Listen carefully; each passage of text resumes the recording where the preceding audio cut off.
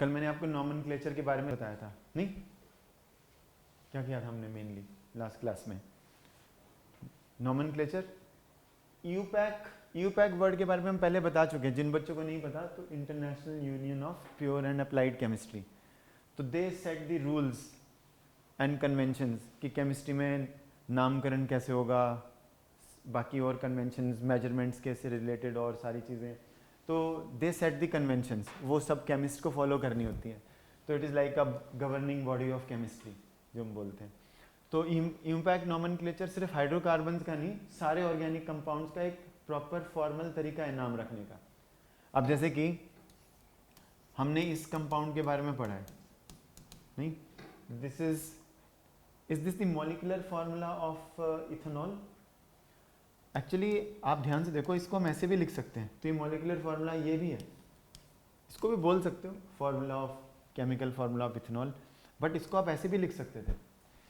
इसमें OH लिखने से आपको ये पता चल रहा है कि ये इथेनॉल है। अगर मैं इसको ऐसे लिख दूंगा तो आपको ये भी नहीं पता चलेगा कि ये कोई अल्कोहल है या कोई और तरीके का कंपाउंड है।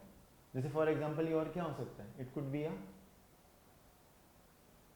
कल मैंने बताया था ना एथर के बारे में, बताया था कि नहीं? For example we could have an ether of the same formula. कल मैंने बताया नहीं था, same molecular formula but some different compound, याद है ना? अब देखो इसका फॉर्मल नेम, जैसे इसको हम इथेनॉल क्यों बोलते हैं? Why do we call as ethanol?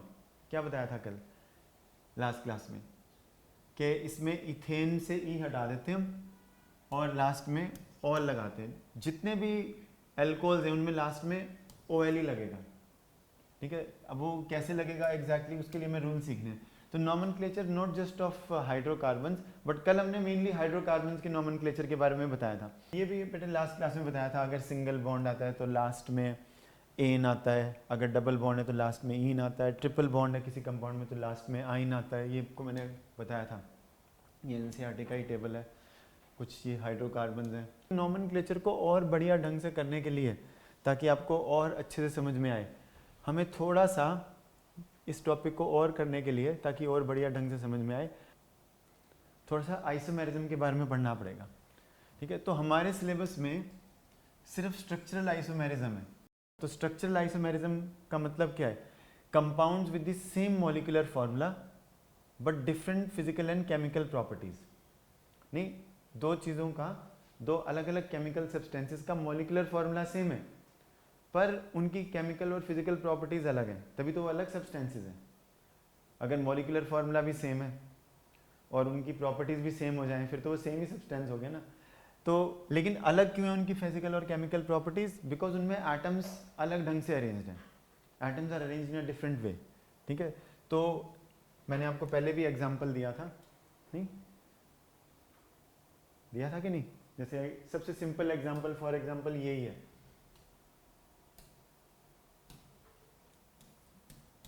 कल भी दिया था। आप बताओ मैं कौन सा एग्जाम्पल दे रहा हूँ? डबल बॉन्ड यहाँ आ गया, डबल बॉन्ड यहाँ आ गया, तो अब यहाँ पर इस कार्बन की 2 वैलेंसीज और 4 हो गई, इसकी 3 होगी तो एक और, इसकी 2 और चाहिए तो हर जगह हाइड्रोजन डाल दो। इसके पास 3 वैलेंसीज होनी चाहिए तो ये ऐसे। तो अब this is a compound with the molecular formula C4, कितने हो गए ऑक्सीजन? 3 और 3 6 और 2 8, C4H8। और इसका देखो आप, इसमें इस कार्बन की 3 वैलेंसीज और है तो उन तीनों जगह हाइड्रोजन। इसकी 2 और 1 3 होगी तो एक हाइड्रोजन, इसकी 2 और 1 3 यूज होगी तो एक हाइड्रोजन, इसको 3 और वैलेंसी सेटिस्फाई करनी है तो ये ऐसे। Again 3 3 6 and 2 8। तो इसका भी फॉर्मूला क्या आ गया? इस केमिकल कंपाउंड का भी, इसका भी। तो दीज आर 2 कंपाउंड्स, उस केमिकल फार्मूला इज सेम और molecular formula is same but there is different arrangement of atoms. ये भी बोल सकते हो इनके स्ट्रक्चर में कुछ फर्क है, there is a different structural arrangement, ठीक है? क्योंकि इसमें डबल बॉन्ड फर्स्ट नंबर के ऊपर, फर्स्ट नंबर के कार्बन पर था, है ना? इसमें डबल बॉन्ड सेकंड नंबर के कार्बन पर शुरू हो जा रहा है, ठीक है? इसमें फर्स्ट कार्बन एटम की पोजीशन, तो इसमें position of double bond is 1, position of double bond is 2, number 2 पे। तो इन ये डिफरेंट कंपाउंड्स, इनकी केमिकल और फिजिकल प्रॉपर्टीज अलग हैं। So this is an example one example, और भी आगे हम पढ़ेंगे, compound with the same molecular formula but different physical and chemical properties due to different arrangement of atoms in them. Clear है? तो आइसोमेरिज्म को बेसिक मेनली हम 2 categories में डिवाइड कर सकते हैं, ठीक है, स्ट्रक्चरल आइसोमेरिज्म और स्टीरियो आइसोमेरिज्म। ठीक है, स्ट्रक्चरल हमारे सिलेबस में same chemical formula but different structural arrangement, same chemical formula but different structural arrangement. तो दिस इज एन एग्जांपल, देखना ये एल्केन है, क्यों है एल्केन? बिकॉज सिंगल बॉन्ड है कार्बन कार्बन के, ये भी एल्केन है, सिंगल बॉन्ड है कार्बन कार्बन के, इसमें फॉर्मूला है C4H10, काउंट कर लो, 3 और 3 6 और 4 10। इसमें आप देखो, इसमें भी C4H10, नहीं C4H10, तो इन दोनों का केमिकल फॉर्मूला सेम है। तो ये तो ब्यूटेन है, N ब्यूटेन क्यों लिखा है मैंने आपको बता दिया था। तो ये क्या कंपाउंड है? नहीं, इन दोनों की केमिकल प्रॉपर्टीज में डिफरेंस है, डिफरेंट स्ट्रक्चरल अरेंजमेंट है, ठीक है। और ये भी मैंने आपको कल एग्जाम्पल, लास्ट क्लास में एग्जाम्पल दिया था। ओके, तो ये हम इसका नाम हम रखना चाहते हैं, मेरे को नाम दिखाना नहीं था पर चलो आपने देख लिया तो अच्छी बात है। तो कैसे नाम दिखाते हैं? फर्स्ट स्टेप मैंने क्या बताया था to revise, longest chain of carbon atoms देखेंगे, उसकी नंबरिंग ऐसे करेंगे ताकि जो ब्रांच आ रही है ये एल्काइल ग्रुप, नहीं इसको लोवेस्ट नंबर मिले, तो नंबरिंग चाहे वहाँ से करो 1 2 3 तो भी इसको 2 नंबर मिलेगा, यहाँ से करो तो भी 2 नंबर मिलेगा। तो हम इसका नाम कैसे रखेंगे? क्योंकि इसमें लॉन्गेस्ट चेन में 3 कार्बन एटम्स हैं, तो प्रोपेन, और फिर सेकंड पोजीशन पे मिथाइल ग्रुप है तो 2 मिथाइल प्रोपेन। तो this is an example of structural isomers. एक वो भी था जो मैंने आपको अभी दिया, that is also an example. In compounds के क्या नाम है? क्योंकि इसमें डबल बॉन्ड है, तो ब्यूट तो इस वजह से क्योंकि ये 4 कार्बन एटम्स हैं, और ब्यूटीन क्योंकि डबल बॉन्ड है तो लास्ट में इन आएगा, और पोजीशन है डबल बॉन्ड की 1 तो 1, और ये बन जाएगा 2 ब्यूटीन। नाम अलग है, केमिकल कंपाउंड्स भी अलग है। So these are 2 good examples of structural isomerism, ठीक है, जो हमने लिए। बाकी स्टीरियो आइसोमेरिज्म हमारे सिलेबस में नहीं है, लेकिन मैं आपको बताना चाहता हूँ सेम केमिकल फॉर्मूला, इसमें भी सेम केमिकल फॉर्मूला है but different spatial arrangement. Spatial मतलब एटम्स की स्पेस में अरेंजमेंट अलग होती है। उसका सबसे अच्छा एग्जांपल यही है जो मैं अभी दिखा रहा हूँ। तो एक बार मैं इसको बना के बताता हूँ। देखो कल भी हमने लास्ट क्लास में भी किया था, लेकिन एक बार फिर से। तो ऐसे ऐसे ऐसे ये वाला कंपाउंड है जो हमने बनाया हुआ है, ठीक है, लेकिन इस कंपाउंड के हम 2 अरेंजमेंट्स देखते हैं, ठीक है। We will see 2 different arrangements and we will try to understand कि स्पेशल अरेंजमेंट के अलग होने का मतलब क्या है। तो ये भी वही कंपाउंड है, लेकिन इसमें क्या करते हैं, इस कार्बन को हम यहाँ दिखा देते हैं और इस कार्बन को भी हम इधर दिखा देते हैं। तो इसमें longest chain 4 carbon atoms long है तो ब्यूट आएगा, ठीक है। और इसमें अगर हम नंबरिंग करें तो 1 2 तो पोजीशन क्या आ जाएगी? सेकंड, तो 2 ब्यूटीन ये आएगा, और इसका नाम भी 2 ब्यूटीन आएगा बिकॉज इसमें भी वहीं पर है। तो नहीं, अगर आप लॉन्गेस्ट कार्बन एटम्स की चेन देखते हो 1 2 3 4 वही तो है और पोजीशन वही है, तो ये आइसोमर्स कैसे आएंगे अभी देखना आप, ठीक है। अगर हमने बॉन्ड की पोजीशन वही रखी है तो आइसोमर्स कैसे आ जाएंगे? 2 ब्यूटीन, दोनों 2 ब्यूटीन, लेकिन स्पेशल अरेंजमेंट को अलग करेंगे हम। तो how will we differ the special arrangement? तो इसमें एक कार्बन इधर ही रखो और इस कार्बन को इस तरफ ले जाओ ऐसे, इससे भी longest chain 4 atoms long, longest chain 4 atoms long, तो दोनों 2 ब्यूटीन 2 ब्यूटीन। अभी तो ये लग रहा है सेम कंपाउंड है, पर अब कैसे अलग कंपाउंड बनेगा देखना। तो अगर मैं इस कार्बन की एक वैलेंसी बचेगी ना, 2 यहाँ होगी, 3 यहाँ हाइड्रोजन जोड़ दो, इसकी भी 3 हो गई, यहाँ हाइड्रोजन जोड़ दो, ठीक है। इस कार्बन की 3 वैलेंसी सेटिस्फाई होगी, यहाँ हाइड्रोजन जोड़ दो, इस कार्बन की 3 सेटिस्फाई हो गई तो यहाँ हाइड्रोजन जोड़ दो। तो अब इन दोनों में क्या फ़र्क है? इन दोनों में C और C एक तरफ लग रहा है और इन दोनों में C एक साइड पे नहीं है, तो मुझे लग रहा है ये क्या ही बड़ी बात हो सकती है। बट एक्चुअली इस C के स्पेस में अरेंजमेंट में फ़र्क हो गया, क्योंकि जब डबल बॉन्ड होता है तो sp2 हाइब्रिडाइज्ड कार्बन होता है। तो ये वाला कार्बन अगर यहाँ है तो ये वाला कार्बन यहाँ है, इनके बीच में डबल बॉन्ड है, ठीक है। और जो ये वाला कार्बन है ये sp2 हाइब्रिडाइज नहीं है, ये sp3 हाइब्रिडाइज्ड है, ठीक है। तो जो sp2 हाइब्रिडाइज कार्बन है उसकी एक बॉन्ड इस तरफ बनेगा और एक बॉन्ड इस तरफ बनेगा, और इस sp2 का भी एक इस तरफ बनेगा एक इस तरफ बनेगा, और यहाँ कार्बन और यहाँ कार्बन तो है ही, समझ रहे हो ना ये पिक्चर, यहाँ कार्बन और यहाँ कार्बन तो है ही, एक यहाँ बॉन्ड बनेगा एक यहाँ बनेगा एक यहाँ। अब इसमें क्या है, जो ये कार्बन और कार्बन का डबल बॉन्ड है इसकी एक ही साइड पे कार्बन और उसी साइड पे कार्बन है, ये वाले दोनों कार्बन, और इसमें क्या है, इधर कार्बन है लेकिन इसका कार्बन दूसरी तरफ है, और इधर हाइड्रोजन है इधर हाइड्रोजन है, समझ रहे हो स्पेस में, ठीक है।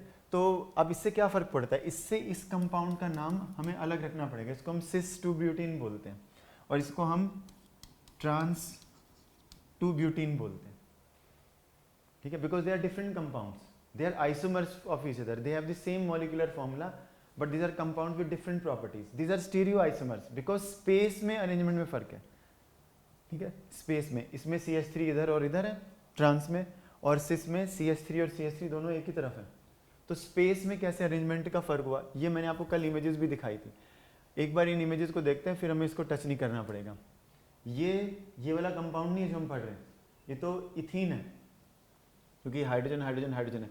इमेजिन कि हमने इसके हाइड्रोजन को हटा के यहाँ पे मिथाइल ग्रुप लगा दिया, ये जैसे इसमें अगर इससे तुलना करो तो इस हाइड्रोजन को हटा के यहाँ पे मिथाइल ग्रुप, अब ये sp हाइब्रिडाइज है तो इसकी टेट्राहेड्रल ज्योमेट्री है, समझ रहे हो, ये कार्बन यहाँ पे लगा है पर ऐसे ऐसे ऐसे 3 वैलेंसीज ऐसे और एक वैलेंसी यहाँ है और बाकी स्पेस में ऐसे है, ठीक है। इसमें क्या है, इधर भी CH3 इधर भी CH3, तो ये बन गया सिस 2 ब्यूटीन, ठीक है। और अगर हम इसको इसकी जगह लगा दें तो ये अलग साइड पे आ गए CH3, तो बन जाएगा ट्रांस 2 ब्यूटीन, इसमें भी वही चीज़ दिखाई है बस मैं थोड़ा कलर के हिसाब से बताया, तो ये इसमें एक इधर और एक उधर चला गया, ठीक है, तो ये ट्रांस 2 ब्यूटीन।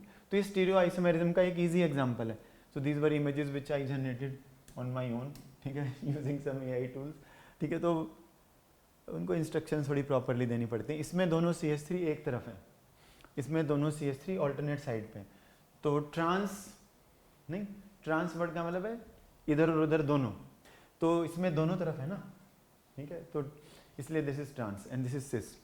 तो आइसोमेरिज्म इज ऑफ 2 टाइप्स। अब इनके एग्जांपल्स आपको देने हैं बेटे, फिर और मैंने आपको ज़्यादा इसमें क्लासिफिकेशन की स्कीम नहीं बताई, मैंने बस एक पॉइंट कल बताया था कि जैसे कि हमने इसमें ब्यूटीन का देखा था ना, तो जिसमें हमने कहा था कि अगर हम ऐसे लिखते हैं और अगर हम ऐसे बनाते हैं तो ये दोनों ब्यूटीन बन जाएंगे, बाकी सब जगह हाइड्रोजन भर दो। तो this is a type of structural isomerism जिसको हम पोजिशनल आइसोमेरिज्म बोलते हैं, मतलब position of the double bond differs.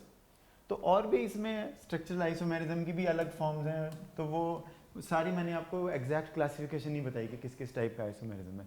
तो ये आपको सिलेबस में स्ट्रक्चरल आइसोमेरिज्म और उसके एग्जाम्पल्स ये याद रखने हैं। चलो अब after understanding this we can understand a little bit more. जैसे मैंने आपको कल एल्काइल ग्रुप्स के बारे में बताया था, एल्काइल ग्रुप कैसे बनता है बताइए। किसी एल्केन से एक हाइड्रोजन को रिमूव कर दो तो एल्काइल ग्रुप बन जाएगा। लेकिन जब हम आइसोमेर्स के बारे में पढ़ लेते हैं तो हम एल्काइल ग्रुप्स के बारे में थोड़ा सा और अच्छे से सीख सकते हैं। तो एक तो ये चीज़, एल्काइल ग्रुप का जनरल फॉर्मूला CnH2n+1 होता है, बिकॉज एल्केन से निकाला ना आपने हाइड्रोजन, तो CnH2n+2 में से एक हाइड्रोजन कम कर दिया तो CnH2n+1 आ जाएगा। तो अब मैं आपको कल इसके बारे में स्ट्रेस कर रहा था, पर क्योंकि आइसोमेरिज्म हमारा नहीं होता तो ज़्यादा अच्छे से नहीं कर पा रहे थे इस पॉइंट को। जैसे इन्होंने मिथाइल और इथाइल को तो ऐसे एक दिखाया, इसका नाम इन्होंने प्रोपाइल भी रखा है और इन्होंने कहा इसको एन प्रोपाइल भी बोल सकते हैं। इसका नाम इन्होंने ब्यूटाइल भी रखा है और इसको ये एन ब्यूटाइल भी बोल सकते हैं, क्योंकि ब्यूटाइल ग्रुप जो है वो और भी टाइप्स का हो सकता है, ऐसी प्रोपाइल ग्रुप और भी टाइप्स का हो सकता है besides n propyl. What does n in n propyl show, अगर आपको कल वाला याद है तो ठीक है, तो पहले वाली क्लास वाला अगर याद है तो आपको बड़े आराम से पता चल जाएगा कि एन प्रोपाइल में, तो प्रोपाइल का मैंने आपको एग्जांपल पहले भी दिया था, एन प्रोपाइल में एन क्यों आ रहा है और कौन से टाइप का प्रोपाइल है। तो अगर सिर्फ किसी जगह प्रोपाइल वर्ड यूज हुआ है तो that is always n propyl. N propyl में point of attachment is at the end, यही बताया था ना, point of attachment is at the end. तो प्रोपेन तो ये है, प्रोपेन तो ये है H H H H H H और यहाँ से एक H को हटा दो, तो ये चीज़ बनी C3H7 प्रोपाइल ग्रुप, C3H7, ठीक है, ये प्रोपाइल ग्रुप है। इसमें point of attachment is here. जैसे कि हम अगर इसको इस तरीके से करें, मान लो हमारे पास एक बैकबोन है कार्बन एटम्स की, 1 2 3 4 5 6 7 8 9 10, ये बैकबोन बना दी। अब इस प्रोपाइल ग्रुप को मैं फिट करूंगा, कहीं भी फिट कर सकता हूँ। तो मान लो मैं इस कार्बन को, इस कार्बन का जो पॉइंट ऑफ अटैचमेंट है उसको मैं यहाँ रखता हूँ। Suppose I bring this here, तो ये कार्बन और ये कार्बन, मतलब ये चीज़ इमेजिन कर लो यहाँ पे आ गई ऐसे, इसको उठा के यहाँ लगा दिया, बॉन्डिंग कर दी इसकी, और बाकी सब जगह कार्बन भर दो, ठीक है, यहाँ भी हर जगह कार्बन भर दो, तो ये एक हाइड्रोकार्बन बन गया, open chain hydrocarbon but with a branch,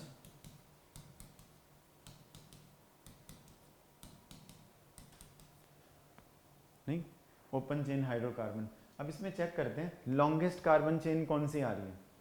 तो 1 2 3 4 5 6 7 8 9 10 11 12, ये तो 12 एटम्स लॉन्ग चेन हो गई, नहीं, ओके। तो थोड़ा सा इसमें ट्रिकी है बनाना, पहले से एग्जांपल इसलिए ढूंढ के रखने पड़ते हैं।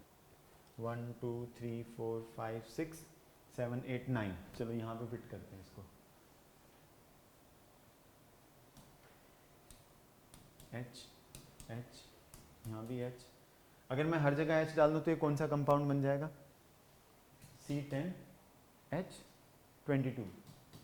अगर हर जगह H ही डाल दें तो यहाँ भी H डाल दो तो पता चल गया ना क्यों, क्योंकि ये डेकेन बन जाएगा ना, और डेकेन का फॉर्मूला जनरल क्या है, CnH2n+2 विद n = 10। मान लो इसको मैं यहाँ फिट करता हूँ, 1 2 3 4 5 6, ऐसे ले लेते हैं, वो चीज़ एक ये कार्बन आ गया, ये एक कार्बन, ये एक और कार्बन और ये एक और कार्बन, ये वाला कार्बन यहाँ है, ये H और ये भी H, ये H, ये H, ये भी H, ये भी H, तो ये बॉन्डिंग दिखा दो। अब इसमें लॉन्गेस्ट चेन ढूंढो आप, longest chain of carbon atoms कौन सी आ रही है, 1 2 3 4 5 6 7 8, इससे लॉन्ग कोई चेन है, 1 2 3 4 5 6 7 8 9, उससे लॉन्ग कोई है, 1 2 3 4 5 6 7 8 9 10, ये लॉन्गेस्ट चेन बन गई। So this becomes the backbone. तो जो लॉन्गेस्ट चेन है उसमें 10 एटम्स हैं, तो that means it has to word root में डेक आएगा, क्योंकि सिंगल बॉन्ड्स हैं इसलिए डेकेन आएगा। नहीं, अब नंबरिंग ऐसे करने के जहाँ पे ये ब्रांच आ रही है, कौन सा एल्काइल ग्रुप आ रहा है, ये वाला प्रोपाइल ग्रुप, नहीं कल बताया था ना, क्योंकि ये प्रोपेन है, तो प्रोपेन में से ENE को हटा दो, ANE को हटा दो, ANE को हटाने से और फिर ये लगा दो प्रोपाइल, प्रोपाइल, ये प्रोपाइल ग्रुप बन जाएगा, वो प्रोपाइल ग्रुप यहाँ पे। तो अब इसकी पोजीशन 1 2 3 4 5, यहाँ से भी करने से 5 आएगा, वहाँ से भी करने से 5 नंबर मिलेगा, नहीं 1 2 3 4 5, इसकी पोजीशन को यहाँ से भी 1 2 3 4 5 कहीं से भी कर दो, यहाँ से कर लेते हैं, तो 5 प्रोपाइल डेकेन, ये नाम पड़ गया इस हाइड्रोकार्बन का। क्लियर है? अब अगर मैं इसको ऐसे बनाऊं, मान लो मैं यहीं पर इस प्रोपाइल ग्रुप को यहाँ से रिमूव कर देता हूँ ऐसे, और यहाँ से मैं इस हाइड्रोजन को हटा देता हूँ और मैं ऐसे दिखा देता हूँ इसको, और ये पॉइंट ऑफ अटैचमेंट ऐसे बना देता हूँ, मतलब ये चीज़ कार्बन यहाँ पे लगी हुई है, ये चीज़, और इधर कार्बन है और इधर कार्बन है और इधर कार्बन है और इधर इधर और इधर और ऐसे, और यहाँ पे एक और कार्बन है, ये इसका कार्बन है और इसके साथ एक कार्बन और इसके साथ एक कार्बन, ये कार्बन ऊपर वाले का है, तो CH3 CH3 CH, CH3 CH3 CH। अब पहले क्या स्ट्रक्चर था, देखना, पहले ये था, ये था पहले जो पॉइंट ऑफ अटैचमेंट था वो एंड वाला कार्बन था। एंड वाला कार्बन क्या होता है, 1 डिग्री या प्राइमरी कार्बन, ठीक है। तो उसका तो हमने नाम रख दिया 5 प्रोपाइल, नहीं 5 प्रोपाइल डेकेन। लेकिन अब अगर मान लो हमने इसको ऐसे दिखा दिया तो है तो अभी भी ये प्रोपाइल ग्रुप, क्योंकि वही फॉर्मूला आएगा C3H7, ठीक है, C3H7 ही रहेगा ना इसका फॉर्मूला, तो वो तो चेंज नहीं हुआ। लेकिन अब पॉइंट ऑफ अटैचमेंट ये वाला कार्बन है, this carbon is already attached to 2 more. जब ये था, ये कार्बन एक कार्बन एटम से अटैच था तो ये 1 डिग्री था, ये कार्बन 2 कार्बन एटम से अटैच है तो ये 2 डिग्री कार्बन है। तो अब इस ग्रुप का नाम हम प्रोपाइल नहीं रख सकते। जो पहले वाला ग्रुप था जिसमें पॉइंट ऑफ अटैचमेंट यहाँ था, उसका नाम या तो प्रोपाइल रखो या जैसे उस टेबल में क्या दिया हुआ है एन प्रोपाइल, ठीक है। और इस वाले का नाम ये है तो प्रोपाइल, बट इसको प्रोपाइल नहीं बोलना, और एन प्रोपाइल तो बिल्कुल ही नहीं है क्योंकि पॉइंट ऑफ अटैचमेंट एंड पे नहीं है। क्या नाम रखना है इसका, आइसोप्रोपाइल, ठीक है, दिस इज आइसोप्रोपाइल ग्रुप। तो अब इसका नाम क्या रखेंगे, 5 आइसोप्रोपाइल, नहीं 5 आइसोप्रोपाइल डेकेन। इवन इतना भी 10th में नहीं है, 10th में तो बस वो टेबल दिया था ना मैंने, ये वाला टेबल, ये ब्यूटेन है, ये पेंटेन है, ये हेक्सेन है। अगर एक जगह डबल बॉन्ड लगा दिया तो हेक्सीन बन गया, ट्रिपल लगा दिया तो हेक्साइन बन गया, बस 10th में इतना ही है। ना ब्रांचेस के 2 डाई मिथाइल इथाइल जैसे कल करा रहा था ना मैं, वो कुछ नहीं है, ब्रांच वालों के नाम ही नहीं है 10th के सिलेबस में। तो मैं वैसे ही थोड़ा सा आपको एक फील दे रहा हूँ एक्स्ट्रा कराने की, बस इनके नाम पता होने चाहिए, साइक्लोहेक्सेन बेंजीन इनका पता होना चाहिए। ये ब्रांच वाले का ये नाम भी 10th की बुक में एनसीईआरटी में नहीं दिया हुआ। इनमें लॉन्गेस्ट चेन बनी 3 कार्बन एटम्स लॉन्ग और सेकंड पोजीशन पे मिथाइल ग्रुप है तो 2 मिथाइल। मिथाइल के साथ एन और आइसो लगाने की जरूरत नहीं होती, नहीं, क्योंकि उसके अंदर हमेशा 1 डिग्री कार्बन ही आएगा। इसमें हमने ये बनाया था, देखो अब आप एक चीज़ देखना, अगर मैं ऐसे लिख दूं कुछ, अगर मैं ये बनाता हूँ hydrogen hydrogen hydrogen hydrogen hydrogen hydrogen hydrogen hydrogen hydrogen missing in one place, तो ये बन जाएगा आपके पास butyl group, this becomes butyl group, ठीक है। लेकिन इसमें पॉइंट ऑफ अटैचमेंट है ये लास्ट वाला, तो इसको एन ब्यूटाइल बोल सकते हैं। लेकिन आप ब्यूटाइल ग्रुप में पॉइंट ऑफ अटैचमेंट को ये भी बना सकते हो कि ये चीज़ किसी दूसरी बैकबोन में फिट हो, फिर कौन सा ग्रुप आएगा, क्योंकि ये 2 डिग्री कार्बन है तो उसको बोलेंगे हम आइसोब्यूटाइल। आइसोब्यूटाइल इसका कॉमन नेम है, यूपैक या सिस्टमैटिक नेम नहीं है, यूपैक नेम को सिस्टमैटिक नेम भी बोलते हैं, सिस्टमैटिक नेम कुछ और बनेगा। लेकिन अगर हम इसमें पॉइंट ऑफ अटैचमेंट ये भी ना रखें, ये कार्बन 2 कार्बन एटम से अटैच है, लेकिन अब आप इसको देखो, अगर मैं ऐसे बनाता हूँ सी सी सी और ये सी ऐसे, यहाँ भी हाइड्रोजन भर दो, ये 2 अलग अलग हैं, कंफ्यूज नहीं होना, यहाँ भी हाइड्रोजन, यहाँ भी हाइड्रोजन, यहाँ भी हाइड्रोजन, यहाँ भी हाइड्रोजन, हाइड्रोजन। अब इस कार्बन में एक जगह खाली है, यहाँ हाइड्रोजन, CH3 CH3 CH3। तो इसमें क्या फॉर्मूला बन रहा था, अगर ये वाला है C4H9, ठीक है, और अगर ये वाला है तो ये भी C4H9, पर इस एल्काइल ग्रुप का नाम है आइसोब्यूटाइल।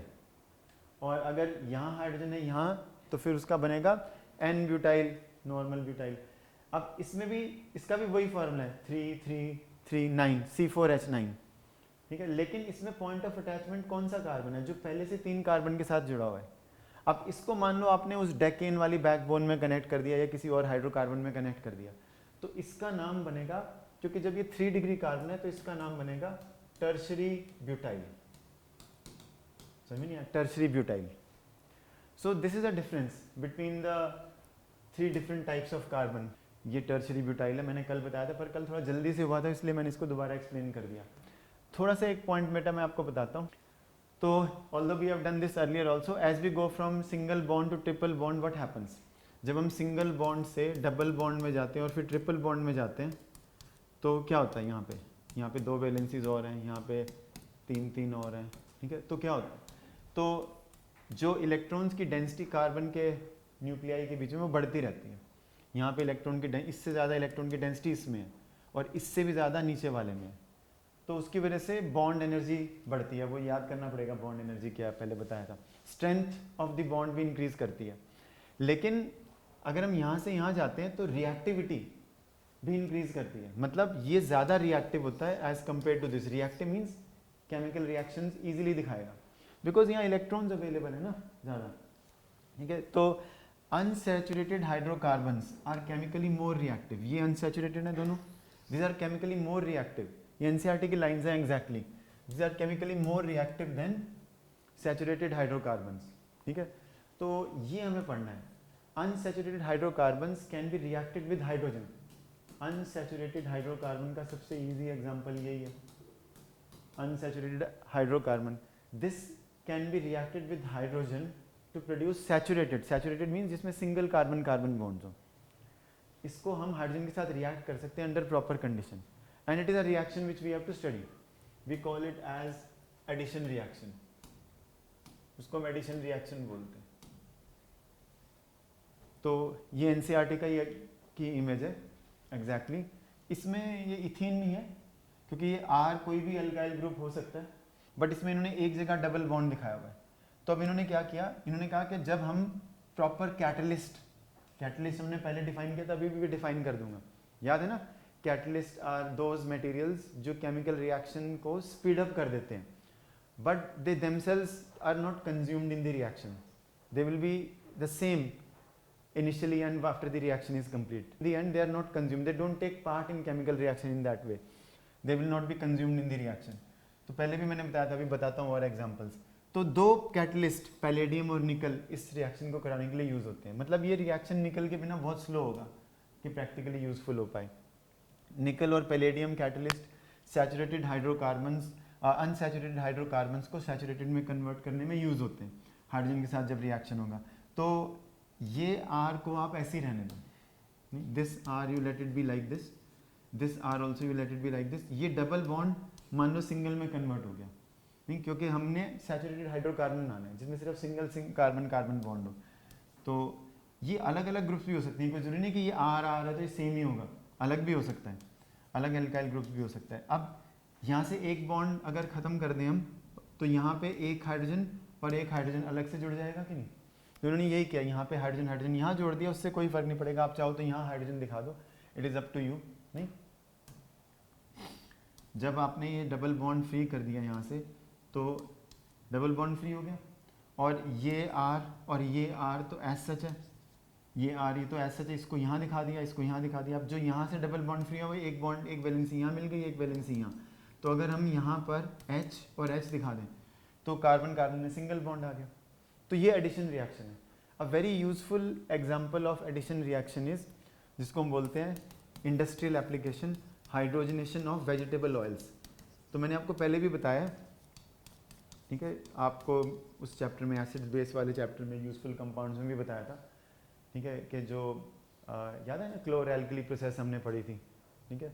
तो उसमें हमने पढ़ाया था कि जैसे वेजिटेबल ऑयल्स की हाइड्रोजनेशन करते हैं, ठीक है, तो वनस्पति घी बनता है वेजिटेबल ऑयल्स की हाइड्रोजनाइजेशन से, वनस्पति घी। तो ऑयल के जैसा ही है, it is in liquid form. In certain food items it might not be very suitable. So vanaspati ghee is a type of ghee which is obtained by hydrogenation of vegetable oils. अलग अलग तरीके के वेजिटेबल ऑयल्स की hydrogenation कर सकते हैं, क्योंकि जो वेजिटेबल ऑयल्स होते हैं उनमें अनसैचुरेटेड कंपाउंड्स होते हैं, और मैं ये नहीं कह रहा हाइड्रोकार्बन्स ही होते हैं, क्योंकि उसमें यूजुअली फैटी एसिड्स होते हैं। अभी पढ़ेंगे हम फैटी एसिड्स क्या है, ठीक है। तो उनमें अनसैचुरेटेड कंपाउंड्स होते हैं, और जब आप हाइड्रोजनेशन करते हो तो वो जो अनसैचुरेटेड कंपाउंड्स होते हैं they get converted into saturated compounds. जैसे अगर अनसैचुरेटेड फैटी एसिड्स थे तो सैचुरेटेड फैटी एसिड्स में कन्वर्ट हो जाएंगे। अब ये सैचुरेटेड फैटी एसिड्स हमारे लिए अच्छे नहीं होते, ठीक है। डॉक्टर्स या हेल्थ के एक्सपर्ट्स बोलते हैं जैसे एनिमल फैट्स हैं, बटर घी जो एनिमल से मिलते हैं, उनमें सैचुरेटेड फैटी एसिड्स होते हैं। एंड जो रिसर्च है ट्रेडिशनली वो ये कहती है कि ये हमारी बॉडी के लिए इतने अच्छे नहीं हैं, they are not very good. तो हमें सैचुरेटेड फैटी एसिड्स नहीं कंज्यूम करने चाहिए, we should consume more unsaturated fatty acids. ठीक है। Animal fats like butter and ghee they contain saturated fatty acids, ठीक है, तो वो अच्छे नहीं है हमारे बॉडी के लिए। तो द एडिशन रिएक्शन का कॉमन यूज़, ये वही एग्जांपल है, कोई डिफरेंट नहीं है। तो reaction to convert vegetable oil, बस एक लाइन ही है एनसीईआरटी में ये जो ऊपर मैंने लिखी है, ठीक है, कि निकल कैटलिस्ट से यूजुअली हम इसको कन्वर्ट करते हैं। कैटलिस्ट के लिए मैंने ये डाल दिया, इतना इंपॉर्टेंट नहीं है, बोर्ड एग्जाम में नहीं आएगा। Catalyst is a substance that increases the rate of a chemical reaction without itself being consumed. ये दो बड़े इंपॉर्टेंट एग्जाम्पल हैं कैटलिस्ट के, ठीक है। तो मैं पहले भी बता चुका हूँ आपको, जैसे ये laboratory method of production of oxygen, ठीक है, पोटेशियम क्लोराइड की डीकम्पोजिशन करते हैं, थर्मल डीकम्पोजिशन में मैंने आपको एग्जांपल दिया था। तो इसमें मैंगनीज डाइऑक्साइड एक कैटलिस्ट की फॉर्म में यूज़ होता है। ऑक्सीजन गैस को लैब में बनाना है तो ऐसे बनाएंगे, ठीक है, कोई ऑक्सीजन सिलेंडर नहीं लेकर आएंगे, ठीक है, मान लो किसी एक्सपेरिमेंट में ज़रूरत है आपको। और ये production of ammonia which is useful in manufacture of fertilizers, तो इसमें आयरन का कैटलिस्ट यूज़ होता है। और आयरन के कैटलिस्ट के साथ ये K2O नहीं, पोटेशियम ऑक्साइड और aluminium oxide, they are added, they are called as promoters for this catalyst.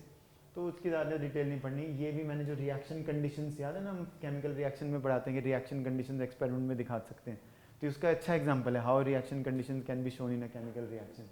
तो ये दीज आर रीजनेबल वैल्यूज, इनसे ये रिएक्शन इफेक्टिवली होता है, यूजफुल आउटपुट देता है, ठीक है। Yield is good with these reaction conditions. अगर हम अपनी मर्जी से कोई भी टेम्परेचर या प्रेशर करें तो उसमें यील्ड अच्छी नहीं होती, क्योंकि एक्चुअली ये एक रिवर्सिबल प्रोसेस है। तो अमोनिया की डीकम्पोजिशन होकर ये भी बनने शुरू हो जाते हैं।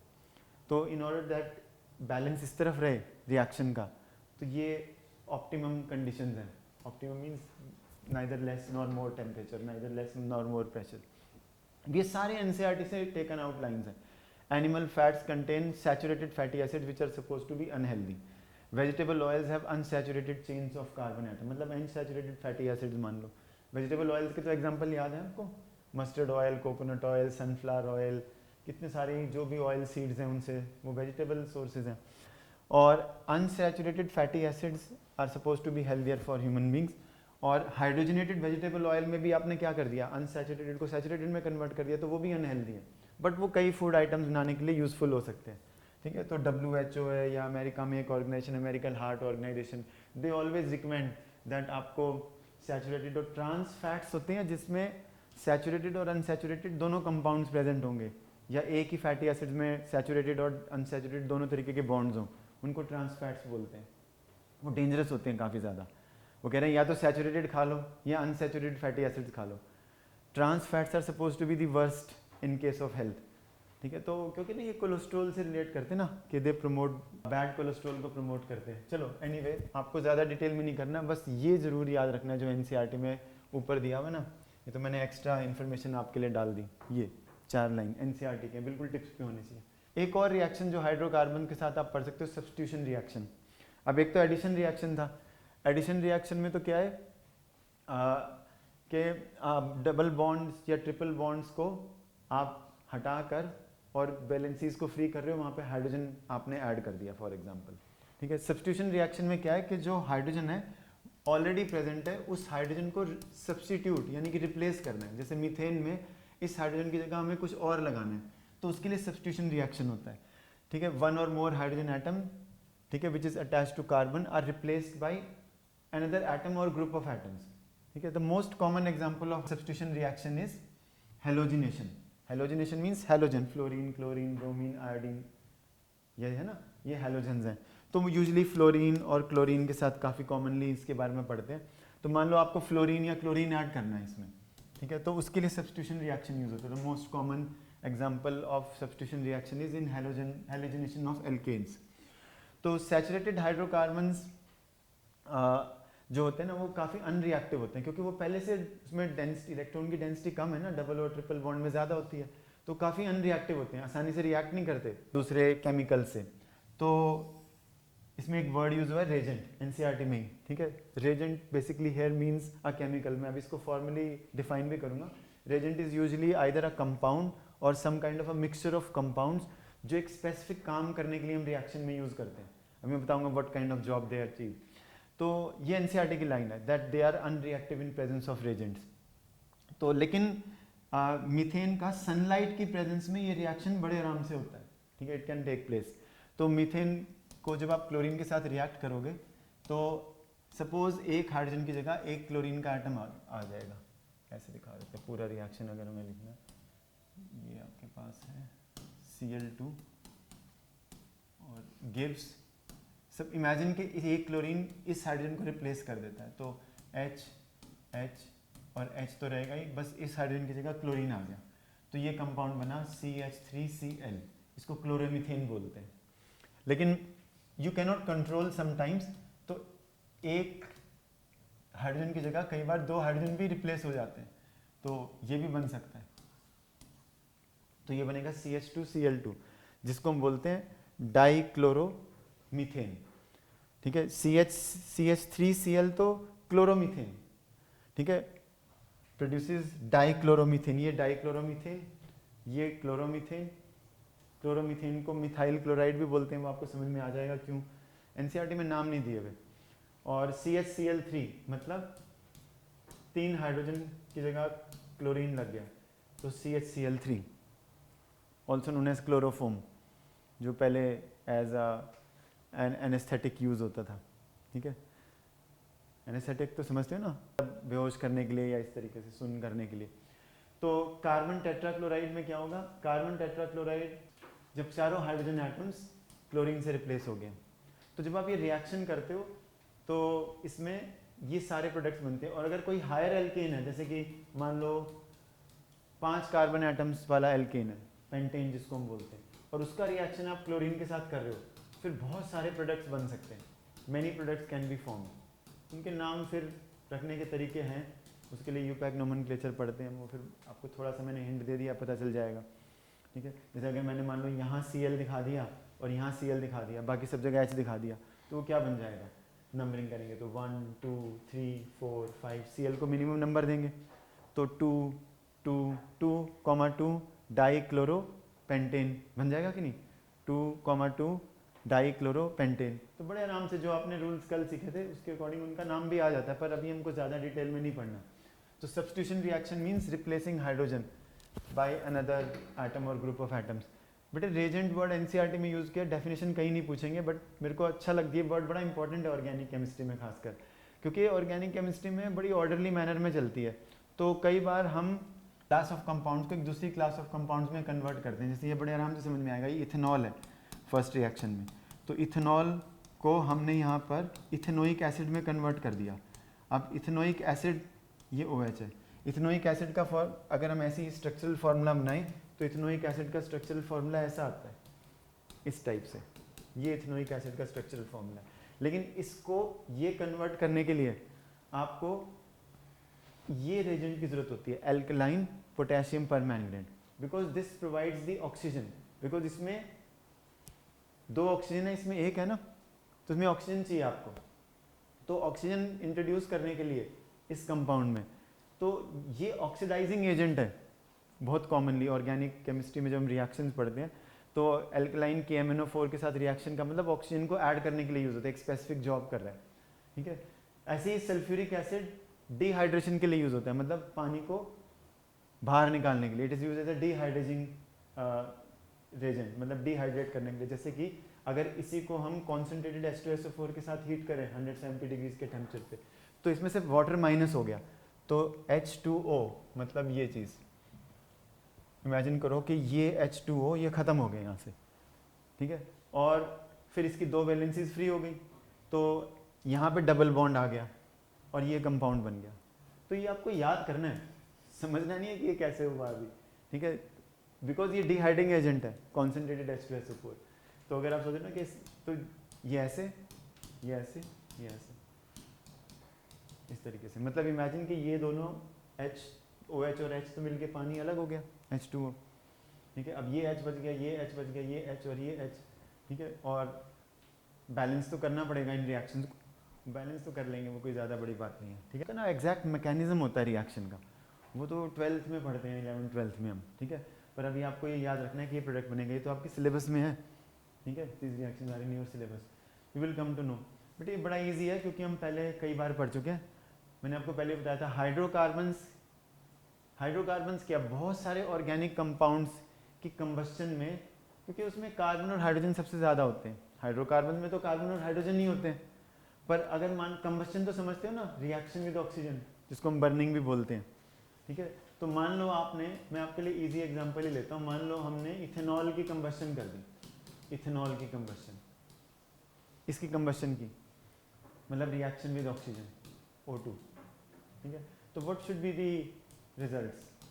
ओनली अगर ऑक्सीजन सफिशिएंट अमाउंट में अवेलेबल है तो कार्बन डाइऑक्साइड और वाटर ही बनेंगे, ठीक है। तो हाइड्रोकार्बन में भी यही है, जब भी आप किसी हाइड्रोकार्बन की, ये बर्निंग ऑफ नेचुरल गैस नाम से फर्स्ट चैप्टर में एग्जांपल दिया हुआ है कि नहीं, if sufficient supply of oxygen is there carbon dioxide is formed along with water, balance करना इसको, ठीक है। If insufficient supply of oxygen is there while combustion of hydrocarbons, then carbon monoxide may be produced instead of carbon dioxide, ये भी मैं पहले बता चुका हूँ आपको। जैसे बर्निंग ऑफ कोल, ये एग्जांपल भी फर्स्ट चैप्टर में दिया हुआ है, burning of coal. If insufficient supply of oxygen is there, you can expect कि कार्बन डाइऑक्साइड की जगह कार्बन मोनोऑक्साइड बन सकता है। बट अदरवाइज इन जनरल अगर आपसे पूछते हैं कि अगर हम किसी हाइड्रोकार्बन की कंबस्शन करते हैं तो आपको यही बोलना है, products are carbon dioxide and water, ठीक है। तो एनसीईआरटी में अच्छा दिया हुआ था, इसलिए मैंने एनसीईआरटी की लाइंस निकाल के यहाँ पे डाली है। Carbon compound, since most of the fuels we used are carbon और इट्स कंपाउंड, ये कह रहे हैं ज़्यादातर फ्यूल जैसे पेट्रोल, डीजल, एलपीजी जो हम यूज़ करते हैं वो कार्बन के कंपाउंड्स होते हैं। तो कार्बन इन अब इसमें एक और पॉइंट दिया है, in all its allotropic forms, नहीं डायमंड, ग्रेफाइट, इन सब की ऑक्सीडेशन करेंगे, ठीक है, तो कार्बन डाइऑक्साइड बनेगी obviously if sufficient supply of oxygen is there, otherwise carbon monoxide is produced. और ये एक्सोथर्मिक रिएक्शन होता है, सबसे इंपॉर्टेंट, तभी तो फ्यूल की फॉर्म में यूज़ करते हैं, ठीक है, कि it is a exothermic reaction, lot of heat and light can be released. तो हीट को फिर हम आगे यूज़ करते हैं व्हीकल्स रन करने के लिए, या बिजली बनाने के लिए, या खाना पकाने के लिए, या पानी गर्म करने के लिए। और ये हाइड्रोकार्बन दिया हुआ है इसमें, ये इथेनॉल की कंबस्शन दी हुई है, इसमें भी वही प्रोडक्ट्स हैं, ठीक है। और ये भी एक्सोथर्मिक रिएक्शन है, इथेनॉल की ऑक्सीडेशन से काफ़ी energy can be release, so ethanol can catch fire very easily, it works very easily because it is a very clean fuel. India में बात कर रहे हैं कि नहीं कि व्हीकल्स में इथेनॉल को दूसरे फ्यूल्स के साथ बर्न करो, जैसे डीजल के साथ मिक्स कर दो या पेट्रोल के साथ मिक्स कर दो इथेनॉल को, because it is a very clean fuel, ठीक है। तो ये बैलेंसिंग आप कर लेना, एनसीईआरटी वालों ने भी कहा है। तो इसमें इंपॉर्टेंट क्या है, एलोट्रोपिक फॉर्म्स में बच्चे कंफ्यूज हो सकते हैं, क्या कार्बन को हम बर्न करेंगे तो क्या रिजल्ट होगा। ओके, ये भी बेटा हम पहले पढ़ चुके हैं छोटी क्लासेस से आप पढ़ रहे हो कि जो आपके हाइड्रोकार्बन्स हैं जैसे फ्यूल्स हैं, डीजल, पेट्रोल, एलपीजी या इवन सीएनजी, ये सब हाइड्रोकार्बन्स के मिक्सचर्स होते हैं। इनमें क्या है कि वैसे तो ये हाइड्रोकार्बन्स के मिक्सचर्स हैं, but it is very common कि कहीं पर हाइड्रोजन के अलावा या कार्बन के अलावा किसी साइड के ऊपर सल्फर का एटम मिल जाए आपको, या नाइट्रोजन का एटम मिल जाए। तो जब हम इसकी ऑक्सीडेशन करते हैं तो या तो कार्बन डाइऑक्साइड या कार्बन मोनोऑक्साइड ही प्रोड्यूस होने चाहिए। अब कार्बन डाइऑक्साइड गैस उस सेंस में पोल्यूटेंट नहीं है, but it is a green house gas, जो आपको मालूम है ना, ग्रीन हाउस के अर्थ के टेम्परेचर को रेज करने में कंट्रीब्यूट करती है, ठीक है। It is a green house gas. Methane is also a green house gas itself. Green house gases क्या है, सन की रेज को, रेडिएशन को अच्छे से एब्जॉर्ब करते हैं उनके मॉलिक्यूल्स, ठीक है। तो फिर वो एक अलग चीज़ है, उसको बाद में पढ़ लेना। लेकिन जो आपके फ्यूल्स हैं उनमें जो सल्फर और नाइट्रोजन है, तो सपोज यहाँ पर नाइट्रोजन भी, अब ये तो एक सिंपल सा हाइड्रोकार्बन है, पेट्रोल और डीजल में तो कॉम्प्लेक्स हाइड्रोकार्बन्स होते हैं, the chains of carbon atoms can be very long, hundreds of carbon atoms long also. अब उसमें किसी साइड पे अगर नाइट्रोजन है या सल्फर है तो उनके भी ऑक्साइड्स, नहीं उनके भी ऑक्साइड्स बन सकते हैं। मैंने आपको पहले भी बताया कि नाइट्रोजन के तो 5 ऑक्साइड हैं, ठीक है, N2O4, N2O5 भी ऐड कर लो, और सल्फर के ऑक्साइड्स, और हमने पहले क्या पढ़ा था कि सल्फर और नाइट्रोजन के ऑक्साइड्स तो एसिडिक ऑक्साइड्स हैं, तो when they mix with water they will form acids and contribute to acid rain which can disturb the ecosystems। तो बिल्कुल आसान सी चीज़ें हैं ये, इसमें लास्ट पार्ट जो हमारा है, ठीक है। तो 2-3 पॉइंट्स और मैं बता देता हूँ। ये एक्टिविटीज़ दी हुई इन्होंने कुछ कॉमन ऑर्गेनिक कंपाउंड्स दिए, नेफ्थलीन बॉल जो हम मॉथ बॉल्स बोलते हैं, वाइट कलर की देखी होंगी आपने, तो वो it is a mixture of hydrocarbons. Camphor जिसको कपूर बोलते हैं, दिवाली के टाइम पे कपूर जलाते हैं कि नहीं, ठीक है, तो कैसी फ्लेम होती है इसकी देखिए कभी, ठीक है ना, कभी जला के देखा, it catches fire easily if it is not wet. नहीं, फायर को प्रमोट करने के लिए तो ऐड करते हैं ना, किसी ने हवन करना है, लकड़ी को जलाना है, तो ये कपूर की गोलियां डाल देते हैं, it catches fire very easily. और अल्कोहल, अभी इसमें अल्कोहल की जगह इथेनॉल मान लो, क्योंकि अल्कोहल इनको स्पेसिफाई करना चाहिए कि कौन से अल्कोहल के साथ ये एक्टिविटी करनी है। इनकी फ्लेम को ऑब्जर्व करना है कि इनको जलाते हैं तो कैसी फ्लेम आती है। तो alcohol is a clean fuel, इसमें इम्प्योरिटीज़ का चांस बहुत कम है, क्योंकि बहुत इथेनॉल को याद रखो अल्कोहल की जगह, ठीक है। Ethanol is the most common alcohol, let's say ethanol की कंबस्शन कर रहे हैं हम। नैफ्थलीन और कैम्फर तो कोई ऑर्गेनिक कंपाउंड्स के मिक्सचर हैं, may be long chain hydrocarbon हो सकते हैं उनमें। और इथेनॉल ले लें अल्कोहल की जगह तो वो एक सिंपल कंपाउंड है, इसकी तो कंबस्शन मैंने आपको अभी बताई। नेचर ऑफ फ्लेम ऑब्जर्व करनी है। इथेनॉल की flame, because ethanol is a clean fuel, तो हाइड्रोकार्बन की कंबस्शन में एक रूल बताते हैं कि जो हाइड्रोकार्बन क्लीनली बर्न करते हैं, सफिशिएंट सप्लाई ऑफ ऑक्सीजन अगर है तो उनकी ब्लू फ्लेम आएगी। अगर वो कंप्लीटली उनकी कंबस्शन नहीं हो रही, कंप्लीट रिएक्शन नहीं हो रहा, तो फ्लेम कैन बी येलो और ऑरेंज कलर की हो सकती है। ये एक रूल याद रखना है आपको। अगर क्लीनली बर्न कर रहे हैं, sufficient supply of oxygen is there, complete oxygen is available for carrying out complete combustion, क्योंकि इनमें क्या होता है, नैफ्थलीन, कैम्फर या और कोई हाइड्रोकार्बन भी हैं उनमें, या जैसे एलपीजी है। अब कई बार आपके चूल्हे में जब आप गैस को घर में यूज़ करते हो तो sometimes it start to blacken the vessels, बर्तनों को काला करना शुरू कर देती है, क्योंकि जो स्टोव है घर में उसके अंदर ना ऐसे होल्स होते हैं कि डॉट डॉट की फॉर्म में होल्स। तो वो होता है कि एटमॉस्फेरिक ऑक्सीजन उस स्टोव के अंदर एंटर कर जाए, और जो एलपीजी पाइप से वहाँ पे डिफ्यूज़ करके एलपीजी गैस आ रही है, जो मिक्सचर ऑफ हाइड्रोकार्बन आ रहा है, तो वहाँ पे ऑक्सीजन और उनका मिक्सचर बने और फिर उसको आप बर्न करते हो और उससे वो हीट और लाइट निकलती है। तो ब्लू कलर की फ्लेम आनी चाहिए।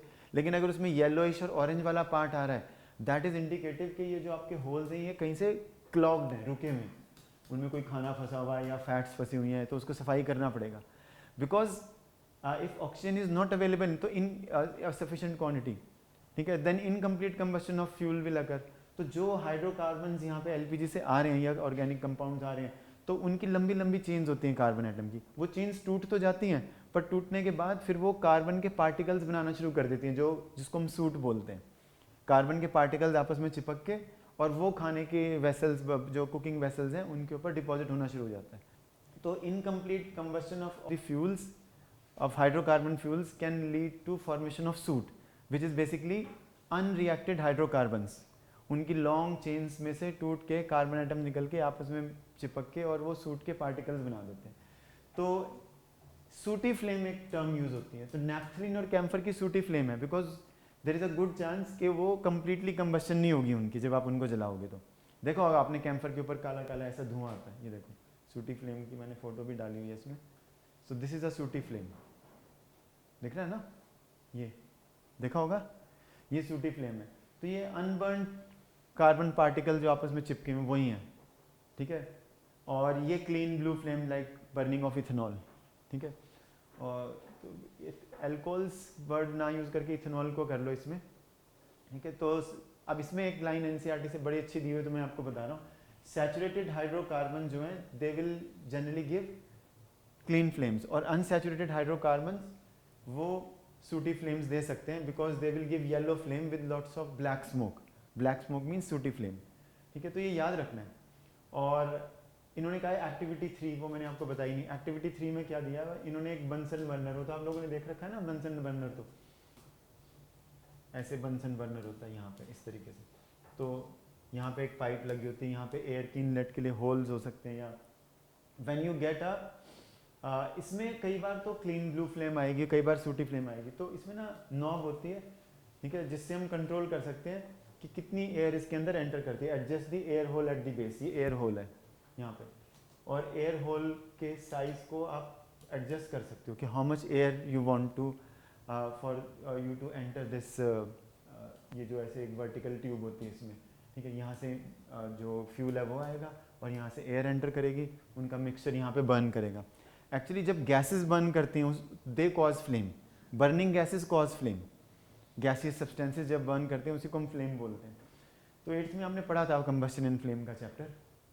So when do you get a yellow and सूटी फ्लेम, तो अगर हम यहाँ से ऑक्सीजन को कम डालेंगे तो येलो और सूटी फ्लेम आएगी because incomplete combustion will occur, ठीक है। Carbon particles will be unburned fuel will lead to formation of the soot, ठीक है। जो कार्बन की लॉन्ग चेन्स होती हैं हाइड्रोकार्बन्स की या ऑर्गेनिक कंपाउंड की, वो टूट जाती हैं और कार्बन के पार्टिकल चिपक के फिर वो दे deposit, they are unburned basically. अगर यही कार्बन के पार्टिकल्स बेसिकली जब देखो फ्लेम में ना टेम्परेचर हाई हो जाता है, और जो ये अनबर्नड कार्बन के पार्टिकल्स हैं जब ये गर्म हो जाते हैं तो then they appear yellow. Incandescence सही है, incandescence means because of becoming hot these carbon particles they give a yellow light। जो येलो लाइट आती है ना यहाँ पर, एक तो ब्लू लाइट है, ब्लू लाइट अलग तरीके से आती है, ठीक है। Blue light is because of transition of electrons. अगर आप लोगों ने पहले सुना है तो एटम के अंदर इलेक्ट्रॉन्स जब हायर शेल से लोअर शेल में आते हैं तो देन दे एमिट लाइट, समझे, तो वो तो ब्लू लाइट का है। लेकिन इसमें अगर वैसे पूछेंगे नहीं आपसे, ठीक है, हालांकि मैंने नोट्स में लिखा हुआ है, जैसे आपसे पूछेंगे when do you get a yellow sooty flame, when incomplete combustion of the fuel occurs. But why it is a yellow sooty flame, because जो इनकम्प्लीट कंबशन है उससे कार्बन के पार्टिकल्स चिपक कर they stick together to form soot, and this soot particles when they get heated up to high temperature then that is called they because of incandescence they appear yellow, they appear to give off yellow light, या वो yellow light emit करते हैं। तो ये exact mechanism होता है, ठीक है। दिस रिजल्ट्स इन अ सूटी डिपॉजिट, ये पढ़ लेना। तो एक तरीका इसमें एक्सपेरिमेंट करने का, जो 8th की बुक से मैंने इमेज निकाली, पहले इसमें देख लें। A luminous flame is seen when atoms of gaseous substances are heated and start to glow. ये तो पता है आपको, नहीं? ल्यूमिनस फ्लेम इज सीन, हाँ ठीक है। A luminous flame is seen when atoms of gaseous substances are heated and start to glow। Actually atoms of gaseous substances are heated, मतलब gaseous substances में क्या हो, तो हाइड्रोकार्बन है यहाँ पे। यहाँ देखो, incomplete combustion of soot which is carbon on this। अब जैसे इन्होंने क्वेश्चन पूछा है, on what basis will you attribute the yellow color of candle flame to, इसका वो आंसर है कि जो सूट है, when the soot becomes very hot, this is not candle flame, ठीक है। बिकॉज फ्लेम्स, बंसन बर्नर की फ्लेम अलग है, कैंडल की फ्लेम अलग है, उनकी फीचर्स भी कुछ अलग होंगी, ठीक है, ये भी ध्यान रखना चाहिए। सारी फ्लेम्स एक जैसी नहीं होंगी, ठीक है। आपने पढ़ा था ना 9th में स्ट्रक्चर ऑफ फ्लेम, शायद पढ़ा होगा छोटी क्लासेस में। तो जो सूट के particles because of becoming hot ये येलो लाइट एमिट करते हैं, ये उसका आंसर है। तो ये उसका आंसर है। चलो एनीवे, और ये गैसेस, बर्निंग गैसेस से जो लाइट निकलती है, it can be different colours. अब ये एक्सपेरिमेंट जो है, ये 8th की बुक की फोटो है। इसमें आपको बताया कि सूट को कैसे देख सकते हैं। तो जो कैंडल की फ्लेम है उसमें आप देखो, डिटेल्स हैं वैसे तो, यहाँ बीच में येलो और ऑरेंज वाला पार्ट होता है, यहाँ पे बिल्कुल बाहर एक ब्लू कलर का जोन होता है, ब्लू कलर की फ्लेम होती है, तो वो दिखती कम है। यहाँ नीचे तो ब्लू कलर दिखता है कैंडल के नीचे, जहाँ ब्लू कलर है वहाँ कंप्लीट कंबस्शन हो रही है, जहाँ येलो कलर है वहाँ कंप्लीट कंबस्शन नहीं हो रही। वहाँ पे इन्होंने ये एक टोंग से या होल्डर से ग्लास प्लेट पकड़ के घुसाई हुई है इस येलो वाले रीजन में, ठीक है, जो लुमिनस पार्ट ऑफ दी क्या फ्लेम बोलते हैं, येलो वाले रीजन को, येलो ऑरेंज वाले रीजन को, और नॉन लुमिनस उसको बोलते हैं ब्लू वाले को, ठीक है। तो यहाँ पे ब्लू कलर थोड़ी मुश्किल से दिखता है, जो आउटर मोस्ट जोन है। तो इसमें मैंने एक इमेज डाली है, वो हमेशा मैं 8th क्लास के बच्चों को भी दिखाता हूँ। ये पता चल जाएगा बेटे, wire air in nets to let in oxygen so that complete combustion of. अगर कंप्लीट कंबस्शन हो रही है फ्यूल की तो वेस्ट नहीं हो रहा ना, नहीं, and it will prevent blackening of the cooking vessels also, ठीक है। If you observe the bottoms, they blacken because if the air holes are blocked, oxygen is not getting in and it will cause incomplete combustion of the fuel. Flame is burning gases, NCERT में से है। How is it produce, तो ये बता दिया आपको, जब gases burn करती हैं तो फ्लेम बनती है, only when gaseous substances burn. इन्होंने एक और चीज़ दी हुई है, इन्होंने कहा है कि जैसे कोयला है और चारकोल है, आप कोयले में आग लगाते हो तो शुरू शुरू में फ्लेम दिखती है, क्योंकि जो कोयले में वोलेटाइल पार्ट है, वोलेटाइल मीन्स वेपर बना देता है, गैस बना देता है। कोयले में कुछ, जब आप कोयले को वार्म करोगे, गर्म करोगे, जलाने की कोशिश करोगे, तो coal is a mixture basically, it is not pure carbon. उसमें कई सारे ऐसे कॉम्पोनेंट्स हो सकते हैं जो गैसियस फॉर्म में बड़े ईजिली चल जाएंगे, गैस बन जाएंगे आसानी से, उनको वोलेटाइल बोलते हैं। तो जो गैसियस पार्ट है वो तो फ्लेम की फॉर्म में बर्न करेगा, लेकिन जब वो बर्न कर गया उसके बाद वो ग्लो करते रहते हैं लाल होकर, नहीं, दे बिगिन टू ग्लो। तो कोल और चारकोल में यही है, चारकोल में भी वही है, वोलेटाइल कंपोनेंट शुरू शुरू में फ्लेम देगा for some time if you are burning a piece of charcoal, and then it begins to glow red because of getting warm, ठीक है। तो ये क्वेश्चन है कि why it gives a flame initially and then it begins to glow red. तो जो solid जब burn कर रहा है तो फ्लेम नहीं आएगी, सिर्फ गैसियस फॉर्म के बर्न करने से फ्लेम आएगी। एनसीईआरटी में इतने अच्छे से समझाया हुआ है। Candle and LPG burn with a flame while coal and charcoal glow red. The reason is coal and charcoal are solids. LPG is gaseous fuel, and when gas is burned, then flame is produced. Coal and charcoal may give a flame initially when the volatile part of the coal and charcoal is burning, ठीक है, तब वो flame देगा. Okay, I think most of the things तो हो गई हैं इसमें से cover. अब ये मैंने आपको पहले बताया था, आई डोंट नो आपको याद है कि नहीं, मेटल एंड नॉन मेटल में एनसीईआरटी में लाइन दी हुई, कुछ भी डालते हैं ये और उसकी एक्सप्लेनेशन थोड़ी मुश्किल होती है. Colour produced by each element is characteristic property of that element. क्या होता है ये colour produced by an element? ये आपको मैंने मेटल्स एंड नॉन मेटल में भी बताया था. तो उन्होंने 8th की बुक से मैंने फिगर डाली ये एक्सप्लेन करने के लिए, 10th की बुक में दिया नहीं हुआ. इन्होंने एक कॉपर की वायर को टोंग में पकड़ के फ्लेम में डाला हुआ है, तो copper will become red hot.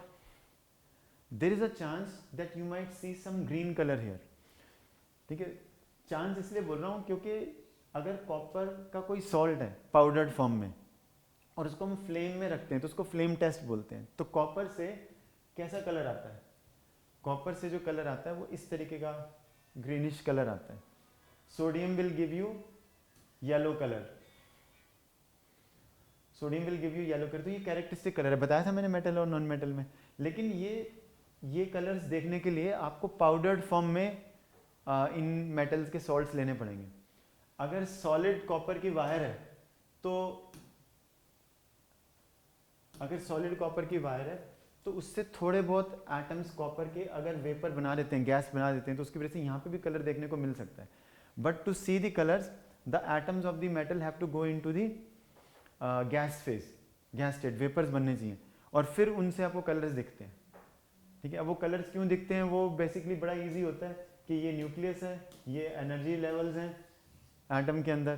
तो जब हम इसके टेम्परेचर को, एटम के टेम्परेचर को बढ़ा देते हैं, एक एटम का टेम्परेचर नहीं बढ़ा सकते, वहाँ पे काफ़ी सारे एटम्स होते हैं. तो एटम्स की जो मेटल की जो गैस है उसका टेम्परेचर अगर बढ़ गया तो ये वाले इलेक्ट्रॉन्स हायर एनर्जी लेवल में एनर्जी अब्जॉर्ब करके चले जाते हैं.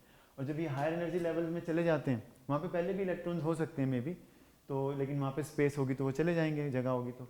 अब जब ये इलेक्ट्रॉन्स वापस यहाँ पे आएंगे, अब वापस यहाँ क्यों आना है? क्योंकि पहले वाली स्टेट स्टेबल थी, क्योंकि जो ग्राउंड स्टेट होती है वही स्टेबल होती है, पहले मैंने बताया था. तो जब ये वापस आएंगे तो दे एमिट लाइट. तो जो लाइट होती है वो मतलब उन एलिमेंट्स की कैरेक्टरिस्टिक होती है, जो मैंने आपको मेटल नॉन मेटल में भी बढ़ाया था कि कैरेक्टरिस्टिक होती है. Copper will always emit this kind of light, caesium will emit this kind of violet type of light. ठीक है, तो ये इनकी कैरेक्टरिस्टिक फीचर है. तो एनसीईआरटी में ना एक एक दो दो लाइनें दी हुई हैं, उनकी एक्सप्लेनेशन नहीं दी हुई. ठीक है, तो जैसे ये दिया हुआ है तो आप इसको ऑब्जर्व कर लेना लेक्चर से देख के भी. बाद में कैंडल फ्लेम की एक पिक्चर डाली थी मैंने, आई थिंक वो कहीं ना कहीं मिलेगी आपको. What is a flame, how it is produce, इसी में होगा. ये मैं 8th के बच्चों को दिखाता हूँ. तो कैंडल में ना यहाँ पे एक ब्लू कलर का जोन होता है, कंप्लीट कंबस्टन का जोन. एक यहाँ ब्लू कलर का जोन होता है जो दिखता मुश्किल से, अगर आप कैंडल की फोटो भी घर में लोगे तो हो सकता है आपको दिखे ना. इसका तो बैकग्राउंड ऐसा है कि दिखती है यहाँ पे ब्लू कलर, पर यहाँ पे भी ब्लू कलर की फ्लेम होती है. ब्लू कलर का एक पोर्शन होता है जहाँ कंप्लीट कंबस्टन होती है, क्योंकि ऑक्सीजन सफिशिएंटली अवेलेबल है. यहाँ ऑक्सीजन की सप्लाई कम होती है, यहाँ तो ऑक्सीजन अवेलेबल है ना. तो यहाँ पे होता क्या है, wax is hydrocarbons, mixture of hydrocarbons. तो वैक्स इस बत्ती से, विक से वेपर्स जब ये आग जलती है तो वैक्स मेल्ट होके विक में एब्जॉर्ब होके ऊपर राइज करता है और फिर वो गैस स्टेट में आ जाता है वैक्स. और गैस जलती है वेपर्स के अंदर, वो वैक्स की या हाइड्रोकार्बन्स की. और यहाँ पे ऑक्सीजन कम होता है, तो that is why yellow colour part is seen, जिसको हम luminous part of the flame बोलते हैं, ल्यूमिनस जोन. ये नॉन ल्यूमिनस जोन होता है जो बाहर वाला. ये डार्क जोन, यहाँ पे जो आपको काले वाला पार्ट दिखता है ये डार्क जोन है, क्योंकि वहाँ पर कंबस्टन हो ही नहीं रही है, because oxygen is very less there. So that is called as dark zone. आ जाएगा समझ में? ठीक है. तो what will cause the yellow color of the flame? Unburnt particles of the fuel which glow because of incandescence, becoming hot. What causes blue color zone? Combustion of the fuel. Combustion of the fuel के अंदर जो light दिखती है complete combustion में, वो blue colour की होती है.